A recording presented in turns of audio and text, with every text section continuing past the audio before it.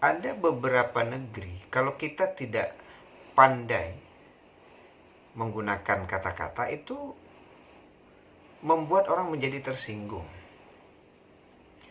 Ya, ada beberapa negeri kalau kita pergi itu hati-hati katanya. Kalau minta kopi itu jadi minta kopi pahit.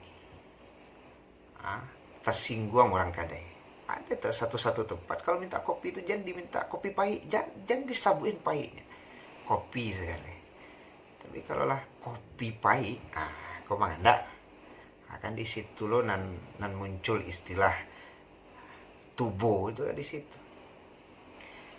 Ada satu-satu tempat kalau kemudian kita diberi kopi itu jangan kemudian tambah gula seketek kurang manis. Wah, itu kan akhirnya nanti ada tubo kan. Dan itu kalau orang-orang bilang tubo.